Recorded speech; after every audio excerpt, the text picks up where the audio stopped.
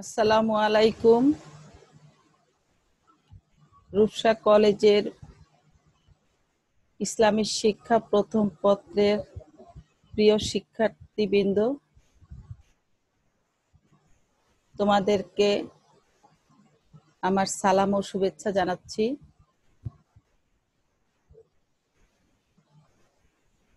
সারা পৃথিবী জুড়ে করোনার জন্য যে পরিস্থিতির সৃষ্টি হয়েছে, সেই পরিস্থিতিতে আমরাও বাংলাদেশের মানুষ খুব অসহায় জীবনযাপন করছি, বদ্ধ জীবনযাপন করছি।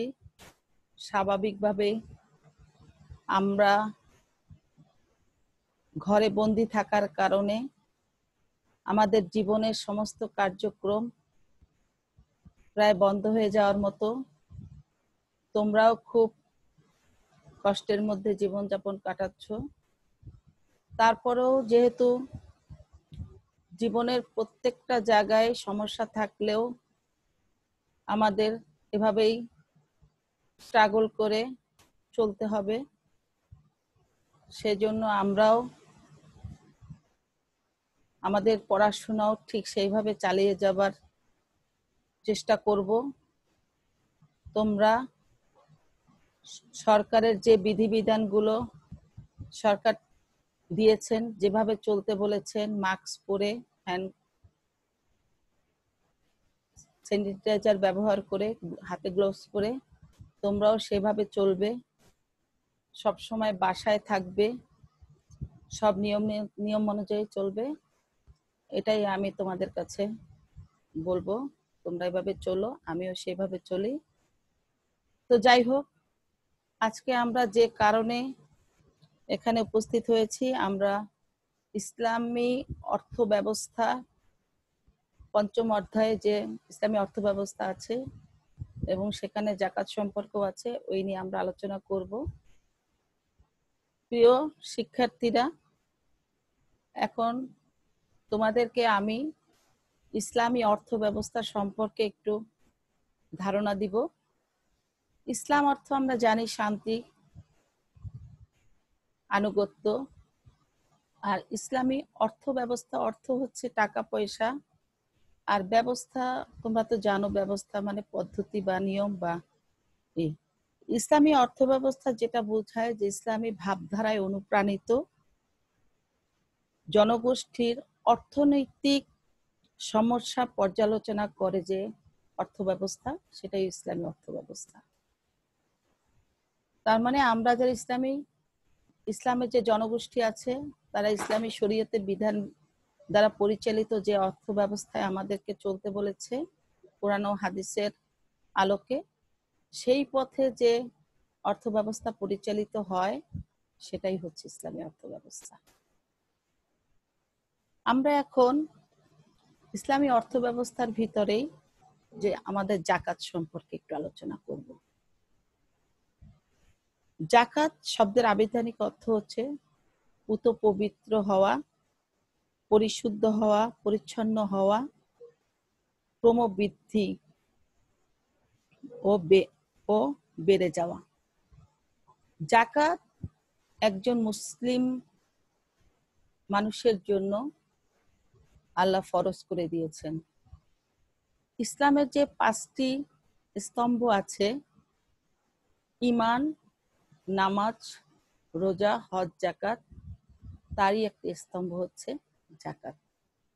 এটা ফরজ প্রতিটা মুসলমানের জন্য। জাকাত হচ্ছে নিজের ও পরিবারের প্রয়োজনীয় যে বাৎসরিক আয় আছে, সেই আয় শেষে, বছর শেষে যে কমপক্ষে যদি আমাদের কাছে 7.5 ভরি সোনা বা তোলা সোনা বা 52 তোলা রূপা অথবা তার সমপরিমাণ অর্থ সম্পদ যদি থাকে এবং এটা যদি নিসাব পরিমাণ সম্পদ হয়, তবে সেই উক্ত সম্পদের থেকে শতকরা 2.5 ভাগ শরীয়তে নির্ধারিত যে 8টি খাত আছে, সেই 8টি খাতে প্রদান করার কি হচ্ছে জাকাত।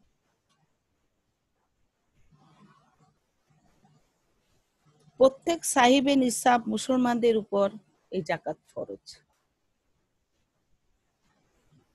তো আমরা এখন জাকাতের সংজ্ঞা সম্পর্কে একটু ধারণা পেলাম। এখন আমরা দেখব যে কোন কোন ক্ষেত্রে জাকাত দেওয়া হয়। আমরা জানি আমাদের সোনা, বাসায় যদি সোনা থাকে আমাদের নিজেদের, সেই সোনার উপর, রূপার উপর, কারেন্সির উপর, জমির ফসলের উপর, ব্যবহার্য দ্রব্য সামগ্রীর উপর, গৃহপালিত পশু পাখির উপর জাকাত দিতে হয়। তো এই জাকাতেরও আবার কোন খাতে কতটুকু দিতে হয় সে সম্পর্কেও বিস্তারিত আছে, কিন্তু আমরা সময়ের স্বল্পতার কারণে আমরা বিস্তারিত আলোচনা করতে পারবো না, তবু আমরা সাধারণ একটু আলোচনা করি। সোনার উপর বলা হয়েছে 7.50 তোলা অথবা 87.45 গ্রাম যদি সোনা থাকে তাহলে জাকাত দিতে হবে। রূপার বেলায় বলা হয়েছে 52.50 তোলা বা 612.53 গ্রাম যদি আমাদের রূপা থাকে তাহলে তার উপর জাকাত দিতে হবে। জমির উৎপাদিত ফসল আমরা যেটা গ্রহণ করি বা পাই, সেখান থেকেও আমাদের জাকাতের হিসাবটা হচ্ছে প্রাকৃতিক নিয়মে যদি কোনো জমিতে ফসল হয় তার 10%, আর যদি কৃত্রিম উপায়ে সেচের মাধ্যমে, তারপরে বিভিন্ন রকম সার টার প্রয়োগের ফলে যে আমাদের খরচটা পড়ে, সেইভাবে যদি আমরা ফসল উৎপাদন করি তার 5% জাকাত দিতে হবে। এরপর আছে গবাদি পশুর ক্ষেত্রে বলা আছে উট যদি 5টা থাকে তার একটা, গরু যদি 20টা থাকে তার একটা বকরি, তারপরে যদি গরু ছাগল বা থাকে, ছাগল বা ভেড়া থাকে তাহলে 40টা থাকলে তার একটা। এইভাবে আমাদের কি করতে জাকাত দিতে হবে। তো যাই হোক, আমরা এখন প্রিয় শিক্ষার্থীরা, আমরা এখন দেখব যে এই যে জাকাত, এটা হচ্ছে আমাদের অর্থনীতির মেরুদণ্ড বা চালিকা শক্তি। জাতীয় আয়ের একটা বিরাট অংশ আমাদের জাকাতের উপর নির্ভরশীল। মানে জাকাতের উপর জাতীয় আয়ের একটা বিরাট অংশ নির্ভরশীল, যার জন্য বলা হয়েছে এটাকে মেরুদণ্ড বা চালিকা শক্তি। তা আমরা এখন যে জিনিস নিয়ে আলোচনা করব, এই যে জাকাত সম্পর্কে আমরা আলোচনা করেছি, এই জাকাতের ভূমিটা কি। এই জাকাত আমাদের সমাজ জীবনে, রাষ্ট্রীয় জীবনে, অর্থনৈতিক জীবনে, ব্যক্তি জীবনে, পারিবারিক জীবনে জাকাতের কি ভূমিকা আছে। নিশ্চয়ই ভূমিকা আছে, যা যে বলছি যে দেশের মেরুদণ্ড, চালিকা শক্তি, অর্থনীতির চালিকা শক্তি, সুতরাং এর একটা ভূমিকা আমরা এখন আলোচনা করব। এই যে জাকাতের টাকা আমরা সবাই দিব, যাদের সামর্থ্য আছে, নিসাব পরিমাণ সম্পদ আছে, এই জাকাতের যে ইসলামী অর্থনীতির যেটা আছে, জাতীয় আয় বা বাইতুল মাল গঠনে সাহায্য করবে। বাইতুল মাল, বাইত অর্থ হচ্ছে ঘর বা বাড়ি, আর মাল হচ্ছে সম্পদ, মানে আমরা যেটাকে বাংলায় বলি ট্রেজারার, সরকারি ট্রেজারার, ওখানে জমা হবে।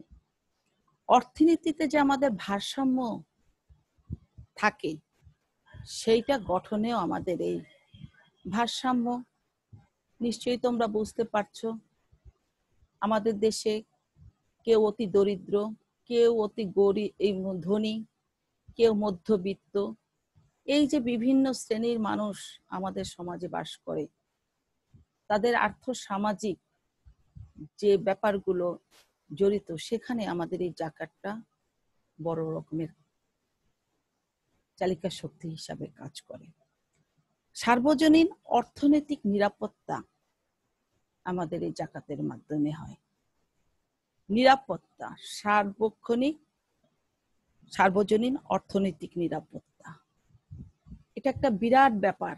জাকাত কেন ইসলামে এত গুরুত্বপূর্ণ, জাকাতকে কেন ফরজ করা হয়েছে, দেখো এখান থেকেই আমরা বুঝতে পারি যে জাকাতের গুরুত্ব কত। যেমন এখানে বলছে যে নিঃস্ব গরিবদের সাহায্যে জীবিকা এখান থেকে আসে। গরিব অসহায় যারা আছে তাহাদের সাহায্য হয়, অভাবীদের সাহায্য হয়, নিঃস্বদেরও যেমন হয়। এখন নিঃস্ব আর অভাবীদের মধ্যেও কিন্তু পার্থক্য আছে। গরিব কিন্তু কয়েক রকম। এক ধরনের গরিব আছে খুব নিঃস্ব, আর এক ধরনের গরিব আছে তারা মোটামুটি খেয়ে দে বেঁচে আছে। সেই জন্য বলছে নিঃস্ব, গরিব, অসহায়, আর একটা বলা হয়েছে অভাবী। অভাব আছে কিন্তু একেবারে খুব অভাব নেই, কিন্তু তাদেরও কাজে লাগে। প্রশাসনের কতগুলো ব্যয়ভার আছে, সেগুলো কিন্তু এই জাকাতের টাকা দিয়ে আমরা মিটাতে পারি বা সরকার মিটাতে পারে। জাকাত এমনই একটা অর্থনৈতিক চালিকা শক্তি, যেটা দিয়ে আমরা ব্যক্তি জীবনে যেমন উপকৃত হতে পারি, তেমনি রাষ্ট্রীয় জীবনেও রাষ্ট্র এই জাকাতের টাকা দিয়ে অনেক উপকৃত হতে পারে। দাস মুক্তি বা দাস স্বাধীনতা, যদিও এখনো দাস প্রথা নাই, কিন্তু যেহেতু এইটা জাকাতটা যখন হয়েছে, তখন হচ্ছে নবী করিম সাল্লাল্লাহু আলাইহি সাল্লামের মাধ্যমে তখন এই দাস প্রথার প্রচলনটা ছিল। সেই জন্য এখানে তখন দাস দাসীদেরকে বিক্রি করা হতো।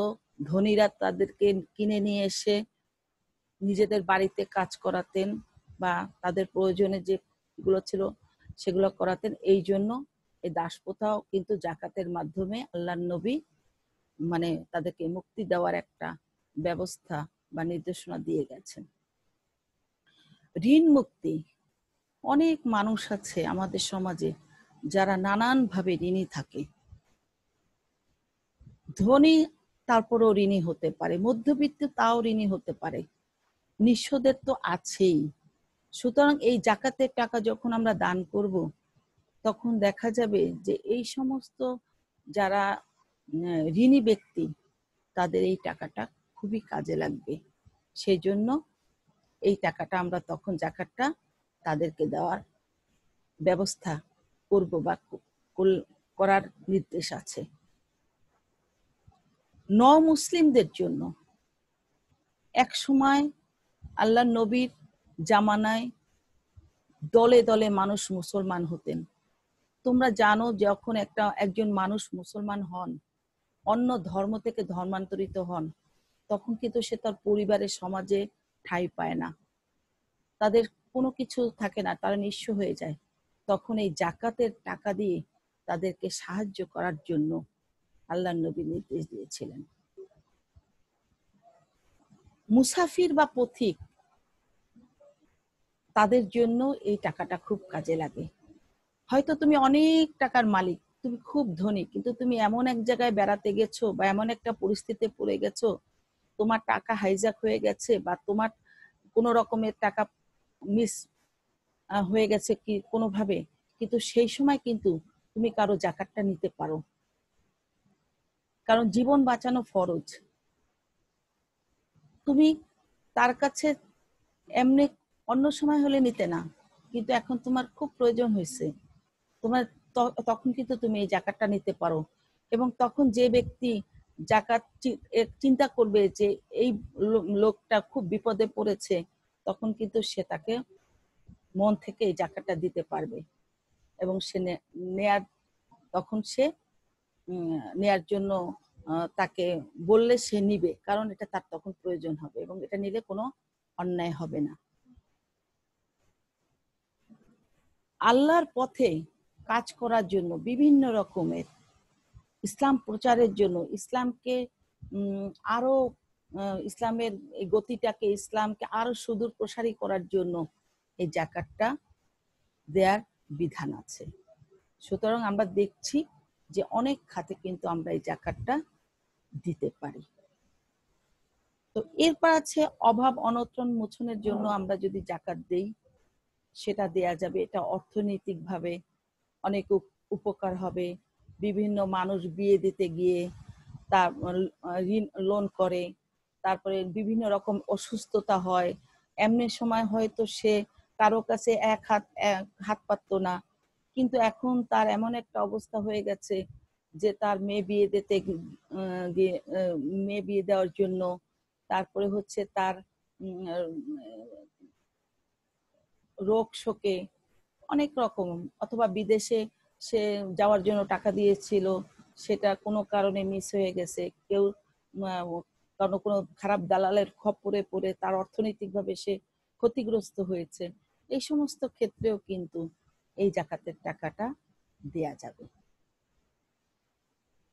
তারপরে বিভিন্ন রকমের কর্মসংস্থান সৃষ্টিতে, নিশ্চয়ই তোমরা দেখো যে বিভিন্ন এলাকায় বিভিন্ন দেশে অনেক ধনী শ্রেণী আছে যারা বিভিন্ন রকমের কোম্পানি খুলে, বিভিন্ন রকমের অর্থনৈতিক প্রতিষ্ঠান খুলে, কলকারখানা খুলে তারা কিন্তু মানুষকে, দরিদ্র অসহায় মানুষকে সেবা করে, চাকরি দেয়।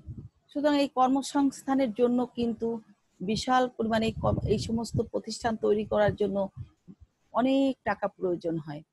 কিন্তু তুমি যদি এই টাকাটা, তোমার জাকাতের টাকাটা, এবং সবাই আমরা মিলে যদি জাকাতের টাকা যে যেরকম পারি এই প্রতিষ্ঠানগুলোতে দেই, তাহলে এখানেও কিন্তু কিছু বেকার ছেলে মেয়েদের কর্মসংস্থানের ব্যবস্থা হতে পারে।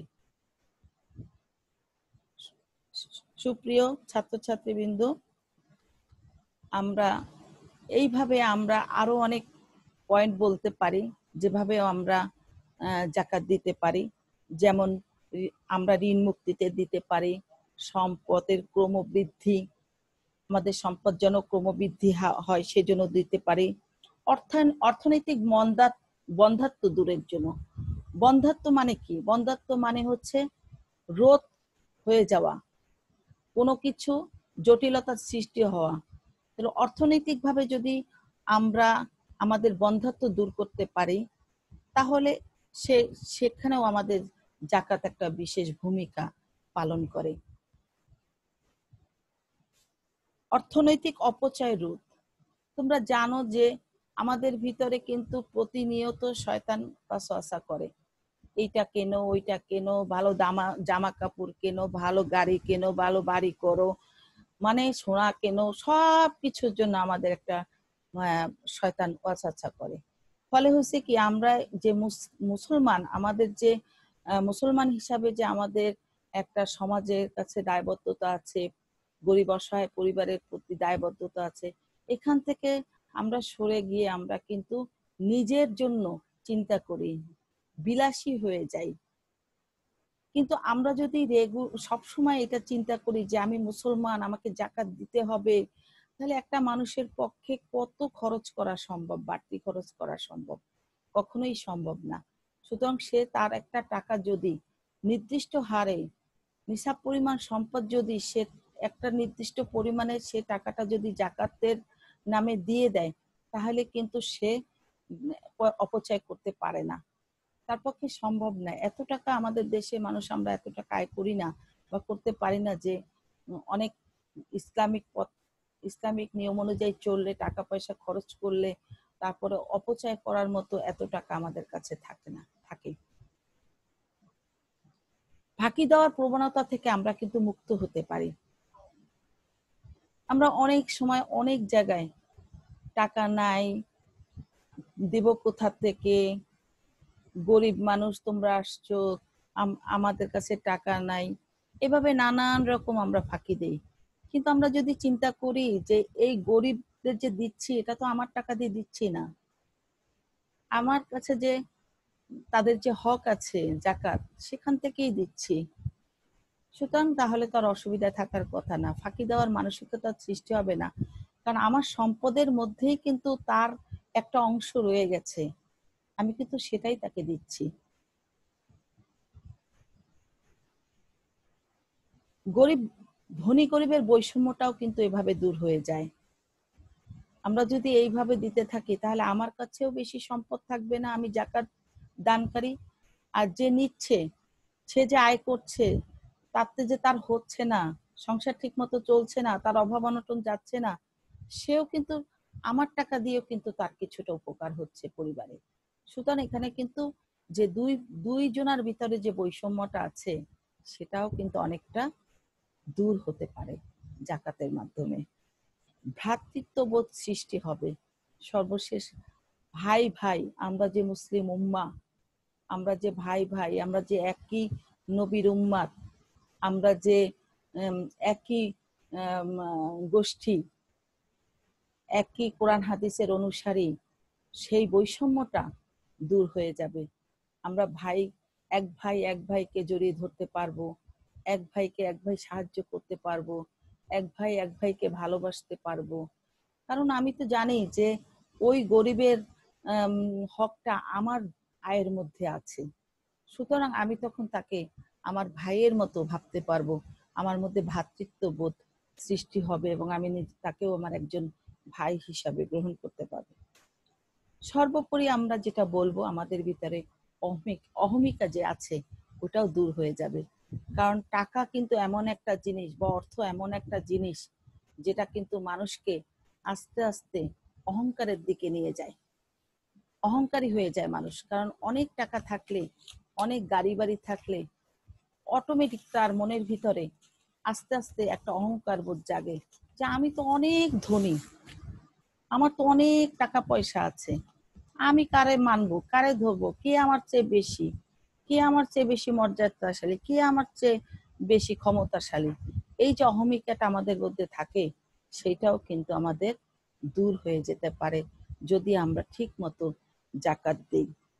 এবার আমরা বলবো জাকাত ফরজ কাদের জন্য, কাদের উপর।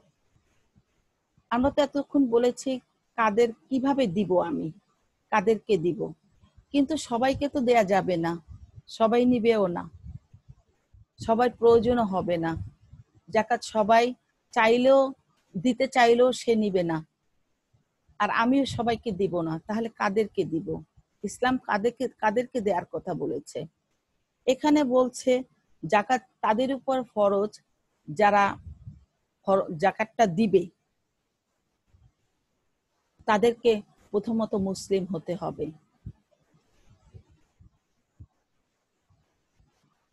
আমি যদি জাকাত দিতে চাই কাউকে, তাহলে আমার প্রথম ফরজ হচ্ছে, যেটা আমার কাজ, সেটা হচ্ছে আমাকে মুসলমান হতে হবে। কেন বলছি এই কথাটা? তোমরা হয়তো জানো যে আমি একটা আয়াত পড়ব, সেটার ভিতরেই তোমরা বুঝতে পারো, জালিকাল কিতাবুল লা রাইবা ফি হুদাল লিল মুত্তাকিন। বলছে এই সেই কিতাব যাতে কোনো সন্দেহের অবকাশ নাই, এটা খোদাভীরুদের জন্য, মুত্তাকিদের জন্য। তার মানে শুধু মুসলমান হলেই হবে না, আমরা সবাই মুসলমান, কিন্তু আমরা এই কিতাব কারা বিশ্বাস করে? জালিকাল কিতাবু লা রাইবা ফি হুদাল লিল মুত্তাকিন। কোরআন শুধু সেই মুত্তাকিনদের জন্য। সুতরাং কোরআনকে যারা বিশ্বাস করবে, কোরআনকে যারা মনে প্রাণে মেনে নিবে, যারা কোরআনের নির্দেশগুলো পালন করবে, তারাই তো জাকাত দিবে। টাকা থাকলেই তো সবাই জাকাত দিবে না। জাকাত দেওয়ার জন্য তো তার সেই ইসলামী অনুশাসনটা যে মানবে তাকেই তো দিতে হবে, সেই তো দিবে। যাই হোক, যিনি জাকাত দিবেন তিনি মুসলিম হবেন, 1 নম্বর। তারপর তাকে বালেগ হতে হবে, মানে বয়স্ক হতে হবে, পূর্ণবয়স্ক হতে হবে। শিশুদের জন্য কিন্তু জাকাত ফরজ না। জ্ঞান সম্পন্ন হতে হবে তাকে, ইসলামিক জ্ঞানে তাকে প্রসিদ্ধ হতে হবে, কোরআন হাদিস সম্পর্কে তাকে জানতে হবে। আর না জানলেও অন্ততপক্ষে সাধারণ জ্ঞানটা থাকতে হবে জাকাত সম্পর্কে। কারণ জাকাত দিতে গেলেও তো তাকে জানতে হবে সে কি পরিমাণ জাকাত দিবে, কিভাবে দিবে, এবং এটাই হচ্ছে ইসলামের নির্দেশ। ঋণগ্রস্ত না হওয়া। তুমি যদি আমরা আমরা যদি মনে করি যে আমি জাকাত দিব, দিতেও ইচ্ছা করে কিন্তু আমি ঋণগ্রস্ত, তাহলে কিন্তু হবে না। তার জন্য জাকাত হবে না। আল্লাহ অনেক সুন্দর এবং অনেক এইভাবে মানুষকে নির্দেশ দিয়েছে যে তুমি অসহায়, তুমি অসুস্থ, কিন্তু তোমার উপর আমি জাকাত ফরজ করে দেব না। এত বাধা ধরা নিয়ম না। হ্যাঁ, তুমি দিতে চাও ঠিক আছে, কিন্তু তোমাকে সেই সামর্থ্য তোমার থাকতে হবে যে সামর্থ্য অনুযায়ী তুমি দিতে পারবা। তোমাকে আমি অন্যায় ভাবে বা তোমাকে আমরা এরকম ভাবে দিব না যে তোমার কষ্ট হবে বা তুমি পারবা না, সেভাবে না। সুতরাং ইসলাম কোড অফ কমপ্লিট লাইফ। সুতরাং ইসলামে সবকিছু পরিপূর্ণ জীবন ব্যবস্থা, সেখানে সেখানে বিজ্ঞান সমস্ত ব্যবস্থা সবকিছু একটা নিয়মের মধ্যে চলে।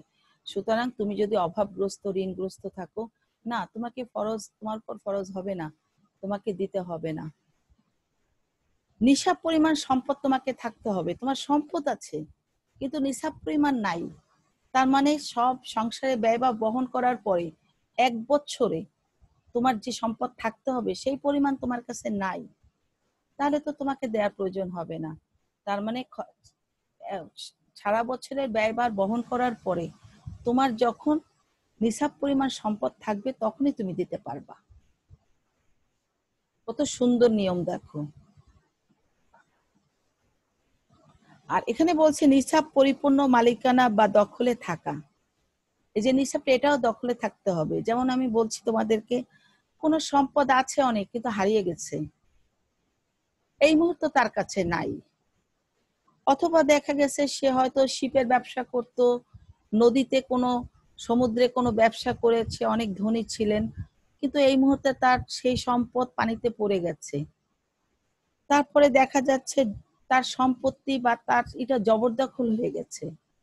সে ধনী কিন্তু এই মুহূর্তে তার এই সমস্যাগুলো সৃষ্টি হয়েছে। জঙ্গলে প্রথিত এমন জিনিস যে সেগুলো হচ্ছে এখন জানা নাই যে সে কোথায় আছে। তারপর বলছে ঋণের মাল অস্বীকার করলে, কেউ যদি ঋণের মাল নিয়ে বলে যে না আমি আপনার কাছ থেকে কোনো টাকা পয়সা নেই না বা অর্থ নেই না, এই মুহূর্তে তো সেই লোক নিজেই অসহায়, সুতরাং তাকেও কিন্তু জাকাত দেয়া ওই বছরের জন্য জায়েজ না, সে না দিলেও চলবে। তারপরে বলছে নিসাব 1 বছর কাল স্থায়ী হলে, নিসাব পরিমাণ সম্পদ যেটা আমরা বলছি সেটা 1 বছর কাল স্থায়ী হতে হবে, তারপরে তাকে জাকাতের চিন্তা ভাবনা মাথায় আনতে হবে বা তার জন্য ফরজ হবে।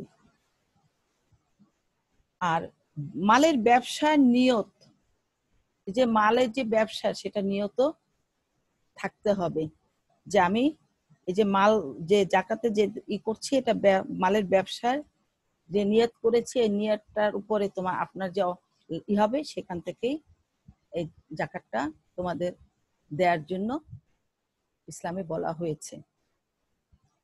এবার আমরা আসি জাকাত কাদেরকে দিব। এতক্ষণ আমরা আলোচনা করেছি কারা দিবে, কাদের উপর জাকাত ফরজ।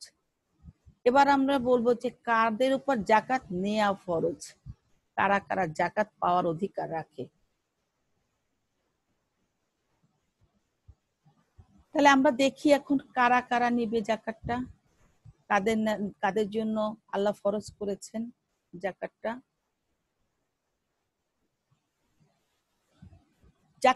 জাকাত যিনি নেবেন তাকে ফকির হতে হবে।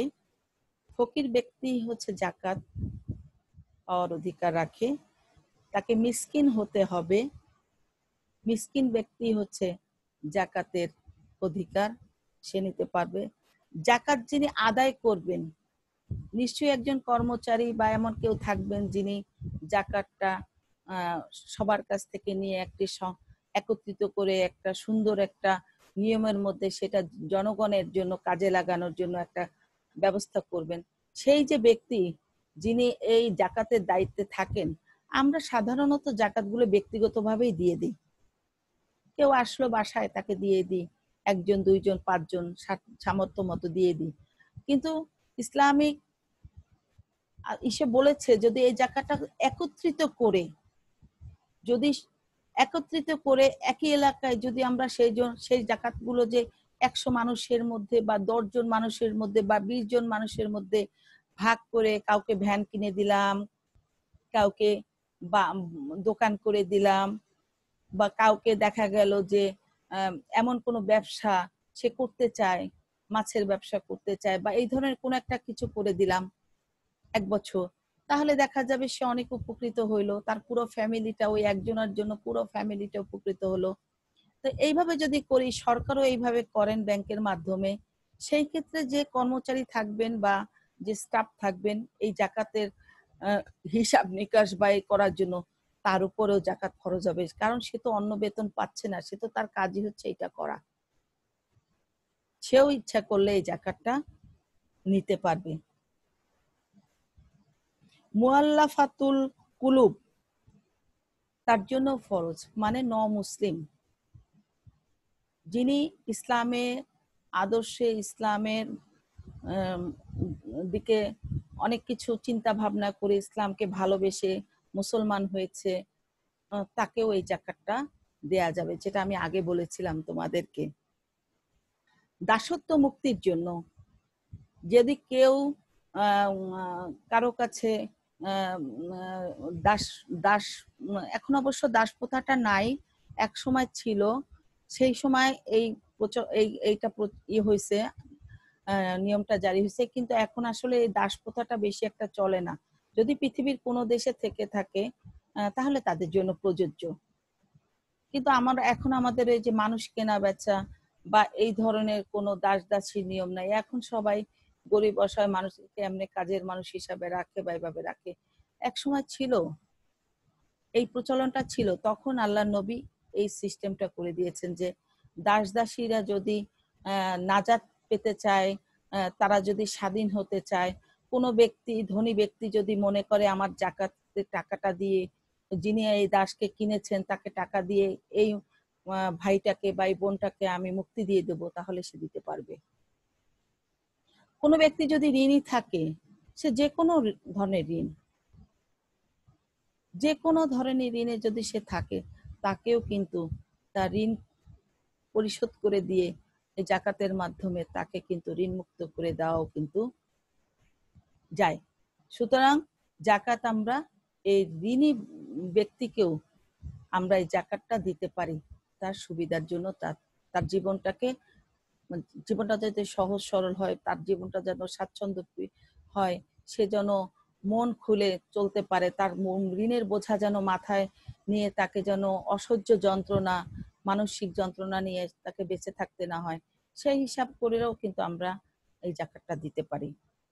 তারপরে বলছে ফি সাবিলিল্লাহ, অনেক রকমের দান খয়রাত করতে পারি আমরা। ভ্রমণকারী, যদি আমরা বলছিলাম ফকির, যদি আমরা